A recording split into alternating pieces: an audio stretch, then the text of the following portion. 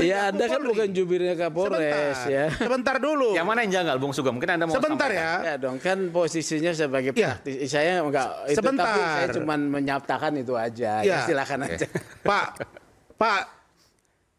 Pak Sugeng ini adalah saksi ahli advokat yang diminta oleh Bareskrim Mabes Polri yang mengatakan bahwa saya melanggar sebagai seorang lawyer sehingga bersidang di pengadilan. Bapak harus tanggung jawab kata-kata itu. Bapak akan debat dengan saya di pengadilan.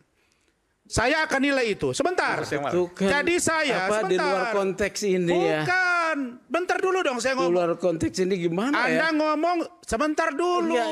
ini gimana nih konteksnya nih? Gimana kita nih? tetap di konteks. Saya Forumnya mau nanti bicara di pengadilan, begini, ya. makanya dengar dulu baik-baik. Diduga ya, ini katanya masih diduga. Direkayasa sedemikian rupa sehingga kasus kematian FA-nya disingkirkan dulu, tidak akan naik. Tapi kasus narkoba di mana ada satu perempuan yang kemudian tidak meninggal tadi, itu kemudian diproses, lalu kemudian nanti hasilnya setidaknya hukumannya bisa ringan atau bahkan bebas sama sekali. Betul ya? Ya ringan lah mungkin ya. Ya, atau bisa bebas kan, bisa aja kalau nggak terbukti dua-duanya misalnya. Ya kalau keberatannya tidak P21 terbukti dua-duanya. Tapi 359 ini ya mungkin bisa. 359 itu apa? Orang nggak ngerti soalnya. Ya pasal 359 itu dengan sengaja, tidak dengan saja ya kelalaian Kelalaian menyebabkan yang kematian. mengakibatkan orang lain meninggal. Ya. Biasanya diterapkan oleh pengemudi lalu lintas ya yang menabrak kan nggak sengaja. Atau mainan senapan angin ya nggak sengaja, itu biasanya itu. Intinya Anda melihat semua ini berupa kesengajaan.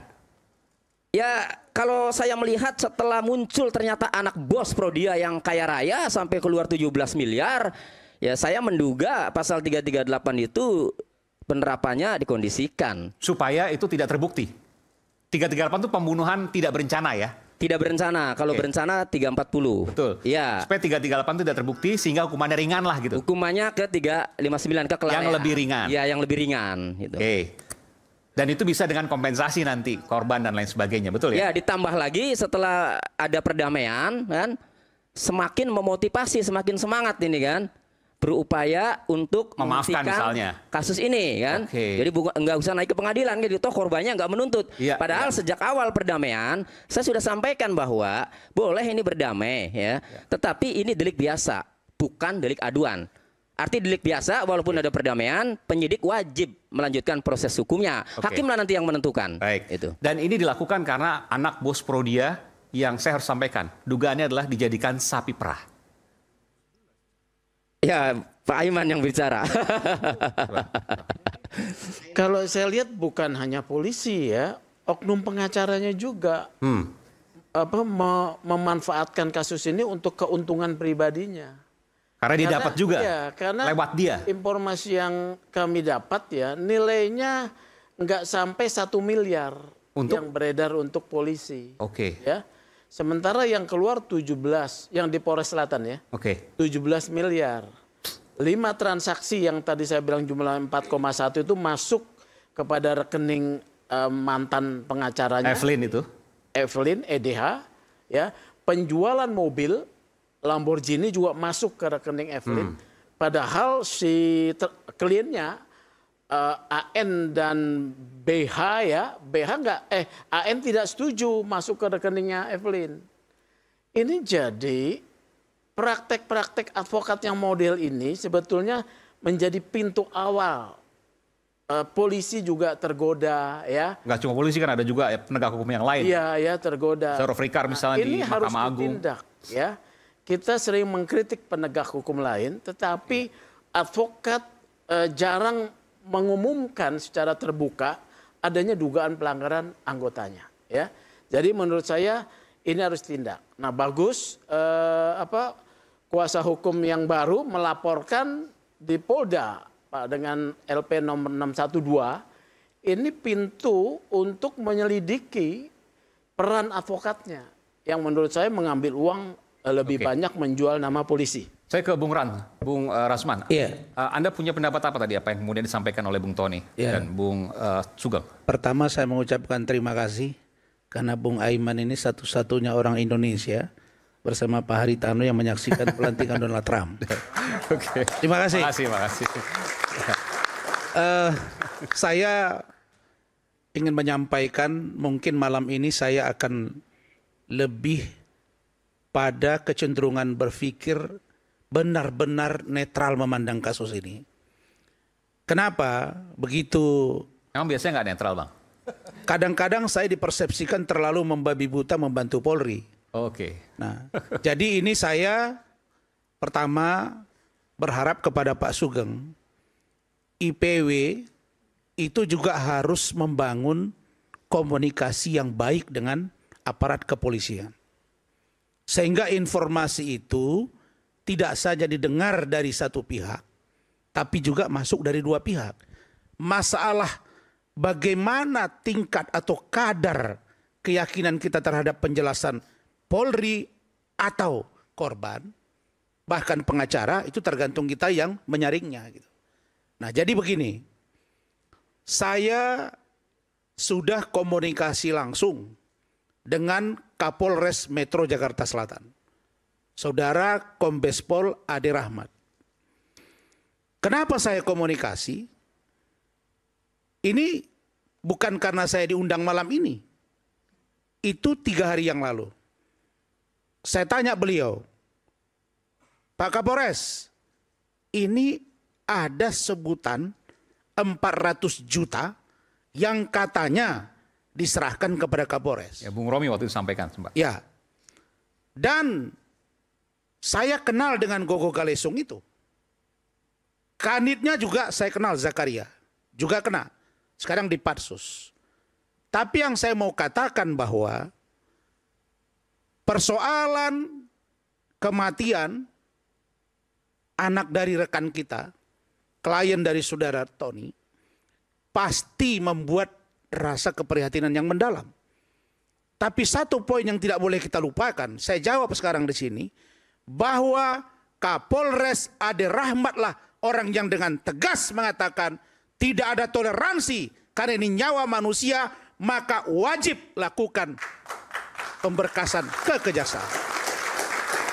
Saya tanya, apa buktinya?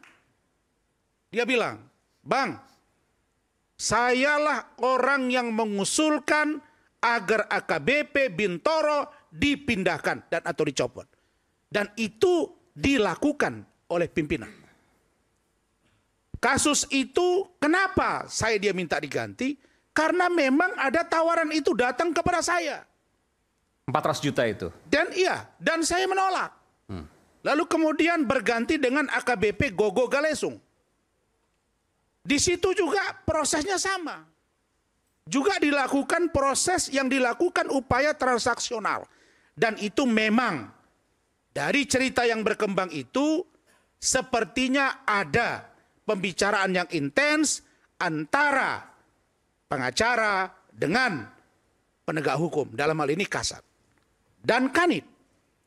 Dan Pak Kombes Ade ini mengatakan bahwa termasuk Kanit PPA pun dia yang mengusulkan diganti. Kayaknya Bang Rasman jadi jubirnya Kapolres nih. Kan saya sekarang berada di posisi yang menilai. Ya, Anda kan bukan jubirnya Kapolres.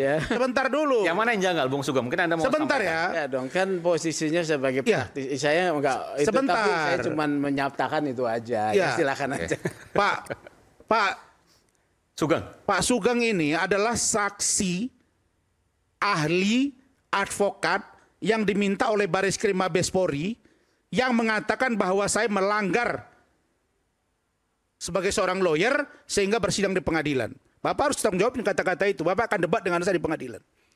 Saya akan nilai itu. Sebentar. Itu kan jadi saya apa, sebentar. di luar konteks ini ya. Bukan. Bentar dulu dong saya ngomong. Di luar konteks ini gimana Anda ngomong sebentar dulu. Ya, ini gimana nih konteksnya nih? Gimana kita nih? tetap di konteks. Saya mau bicara begini, makanya dengar dulu baik-baik. Anda tadi mengkritisi Polri. Oke? Nah, sekarang saya berada di pihak di mana Polri menurut saya melakukan 2 hal. 1, masih ada petinggi Polri yang ingin kasus ini lanjut dan terbukti lanjut. Anda baca nggak rilisnya IPW terkait Kapolres? Saya ngomong dulu dong, Bung Aiman. Ya. Beliau ngomong dari tadi saya diam terus. Enggak. Anda kan ada apa? Kalau saya ngomong Anda batasi. Anda baca nggak rilis saya bahwa juga pernyataan saya tadi Begini aja. bahwa Pak Kapolres itu yang meminta kasus ini ditindaklanjuti ya, memindahkan itu kan saya udah sampaikan ya. Kalau Anda sampaikan, saya sampaikan yang lebih tegas. Sekarang saya tanya, Anda bicara nggak dengan Kapolres? Kalau saran Anda saya komunikasi dengar ya. dulu. Saya tidak perlu bicara ya. Dulu. Saya bisa dapat bicara informasi dari Kapolres langsung. Anda bukan juru bicara Kapolres. Yang bilang juru bicara siapa? Substansi yang Anda sampaikan. Sekarang saya tanya, Anda juru bicara siapa? Loh, saya juru bicara dari IPW. Ya, saya juru bicara dari seorang advokat yang peduli pada penegakan hukum. Dan saya tidak ingin Polri diruntuhkan secara konstitusional. Kalau pribadi yang salah, hukum yang bersalah. Itu dia. Gimana sih Anda ini?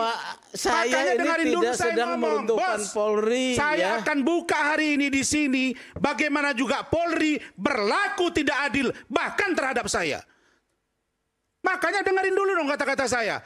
Saya katakan bahwa Kapolres Metro Jakarta Selatan ingin kasus ini dilanjutkan dan dia bahkan mengusir keluar kalian dari sini. Karena kasus ini masalah kematian, tidak ada tawar-menawar dengan nyawa manusia. Dan lanjut. Nah, perkara pasal yang disebut tadi, inilah Pak yang mau saya sampaikan. Ada fenomena baru sekarang di Republik ini, Pak Kompolnas. Saya tadi bicara dengan beliau, ini masih baru. Saya sampaikan, Kompolnas yang lama kayaknya nggak greget, yang sekarang ini greget. Nah, sekarang saya sampaikan.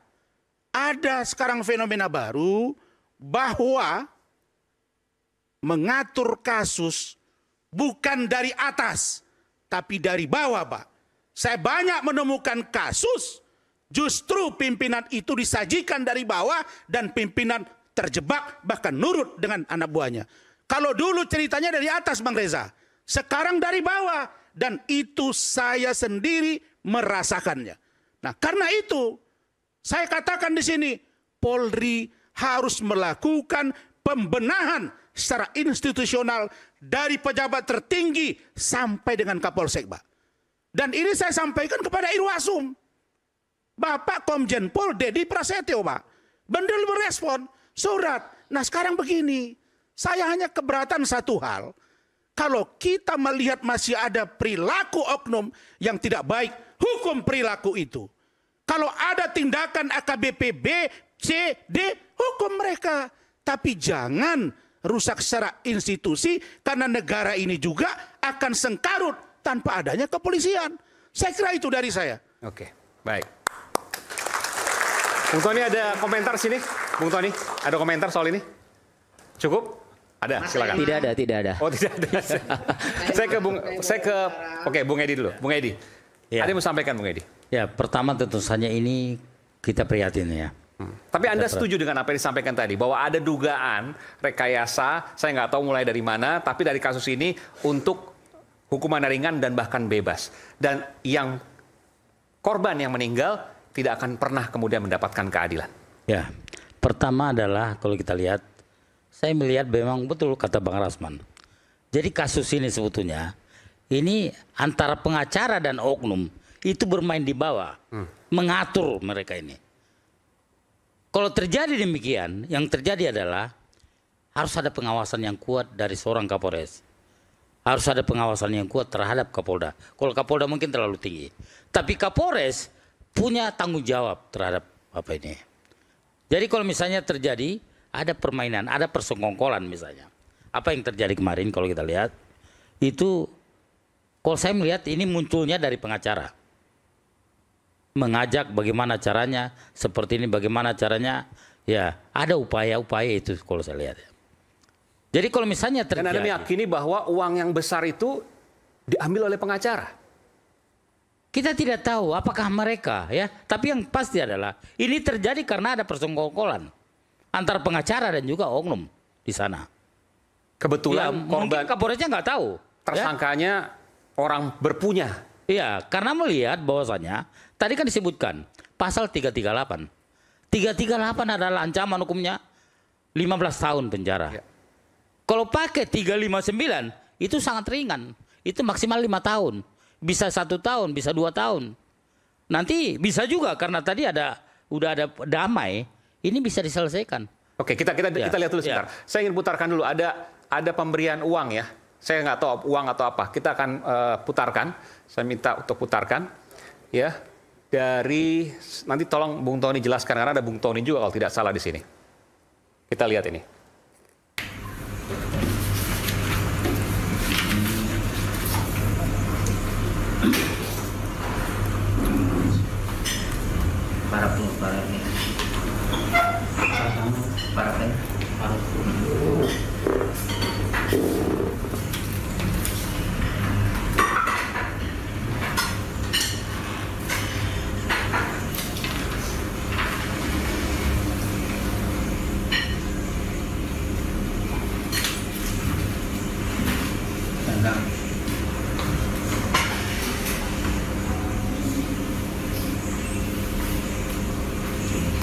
Ini ada Evelyn.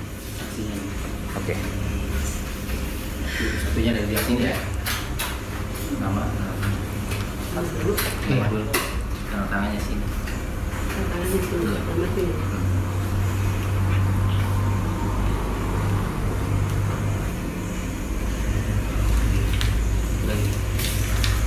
Iya. Sekalian bisa menjelaskan Bung Tony, silakan. Ya, ini Pak Radiman ya menandatangani itu karena untuk bisa nerima 300 juta itu harus menandatangani dua, ya satu surat perdamaian, yang kedua surat pencabutan laporan. Enggak, siapa yang memberikan 300 juta kepada siapa, untuk apa? Ya, itu dari istrinya Arif Nugroho yang pakai masker tuh. Itu yang tersangka ya? Ibu Nur Aiti itu. Tersangka, ya, tersangka yang memberikan itu istri 300 juta kepada Pak Radiman. Kepada Pak Radiman dan langsung. Ibu Nur. Untuk apa diberikan 300 juta? Ya kompensasi lah, uang perdamaian lah. Ya, jadi uang perdamaian. Ya, uang perdamaian. Atas kematian anak dari Radiman dan Ibu Nur. Ya, agar laporan itu dicabut lah. Agar laporan dicabut. Ya. Nah, ini kan maaf ya, Bung Aiman. Sebentar, Pak. Saya dengarkan dulu, bentar. Sementara saya foto aja dulu ya. Nah, ini Evelyn. Oh, ini Ya. yang sebelah kanan Evelyn ya. Paling belakang ini Evelyn. Yang menggunakan Blazer. apa namanya, baju warna hijau telur asin lah. Ya, ini yang telur asin Ya, ini. oke. Ini Evelyn Doharsi, Oke. Galung. Pengacara dari Arif Nugroho dan Bayu. Iya. Nah, yang pakai masker itu istrinya Arif Nugroho, dia mengaku Paling istrinya sebelah Arif Nugroho. kiri ini ya, sebelah kiri layar ya. Sebelahnya adalah istri Ya, yang pakai tersangka. masker istrinya Arif Nugroho. Dia mengaku istrinya Arif Nugroho. Oke. Dan ya, klien kami menerima 300 juta itu karena istrinya Arif Nugroho mengaku suaminya kerja di bengkel. Di bengkel. Iya.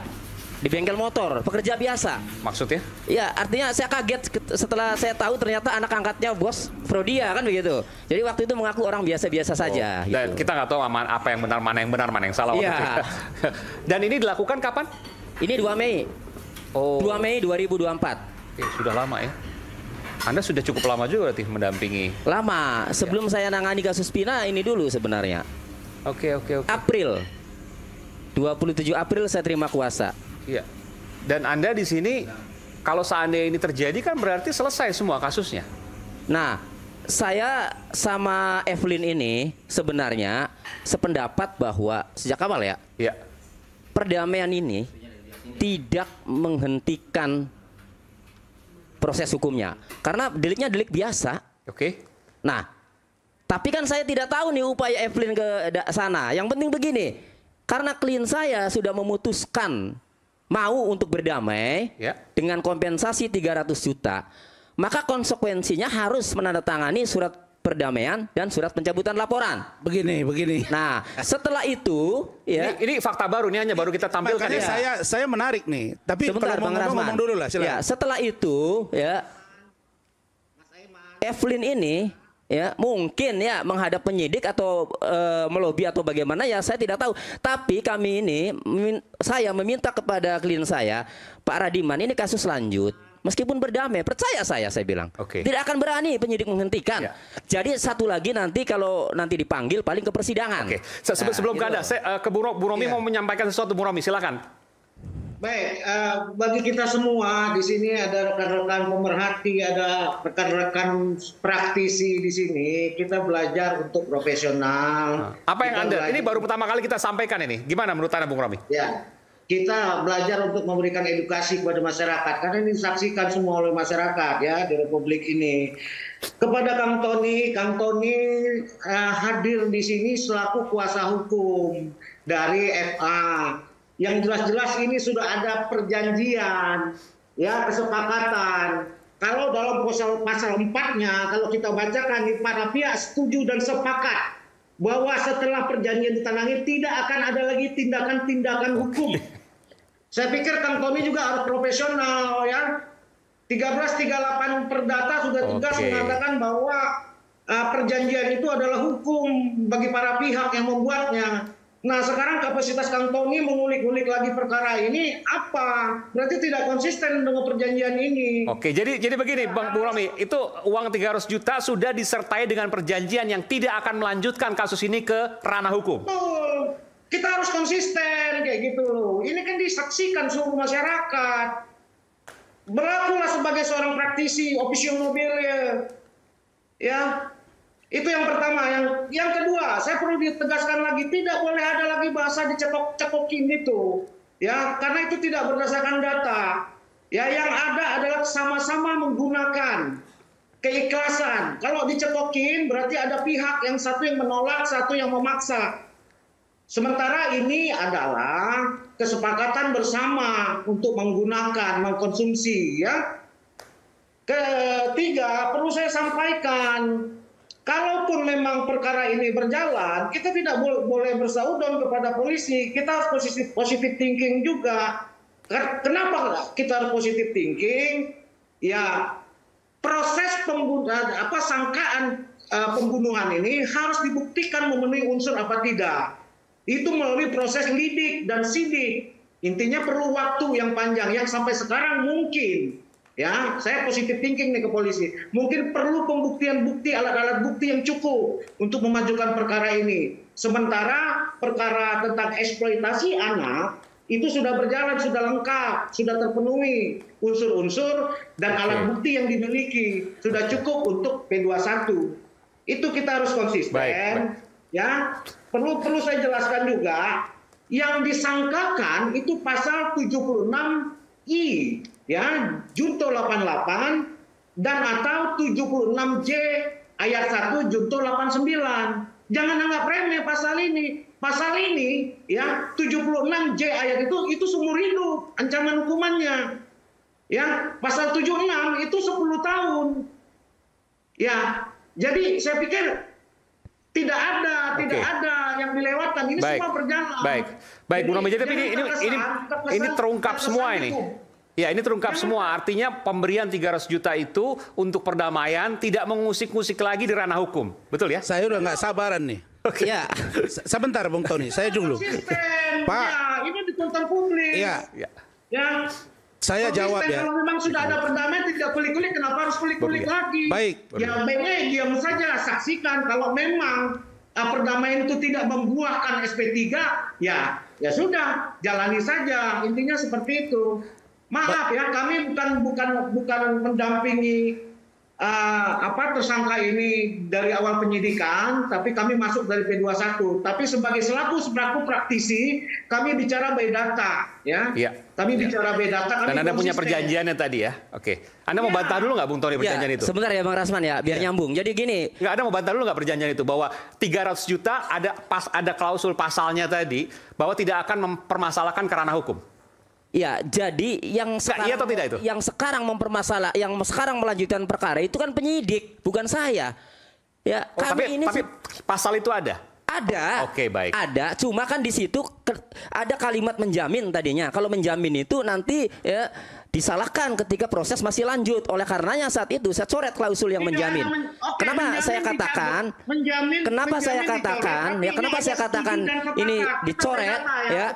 Karena yang berwenang untuk menghentikan dan melanjutkan itu penyidik, bukan klien saya. Oleh karenanya dicoret. Artinya setelah perdamaian itu terjadi, silakanlah itu kewenangan penyidik. Nah, saat itu kami pasif nunggu saja. Kalau memang dipanggil lagi ya kami datang. Kalau memang di persidangan ya kami datang. Nah, pada tanggal 24 September, sebentar ya Bang Hasan. 24 September 2024, kami dapat panggilan lagi dari Polres Jakarta Selatan. Ternyata setelah diperiksa, saya tanya, Pak ini perkara lanjut? Oh lanjut ini. Waktu itu AKBP Gogo Galesung ya, kasatnya. Sejak 24 September 2024, saya mengetahui perkara itu lanjut karena berkasnya mau dilimpahkan ke kejaksaan. Itu. Jadi saya tidak tidak memungkiri perdamaian itu, tetapi karena ini delik biasa, ya biarkanlah itu nanti hakim yang memutuskan. Itu. Intinya ada 300 juta dan ada perjanjian di mana tidak akan melanjutkan proses hukum. Nanti kita akan ke Bung Rasman, ke Pak Ketua Harian Kompolnas. Sesaat lagi kami akan segera kembali di Rakyat Bersuara.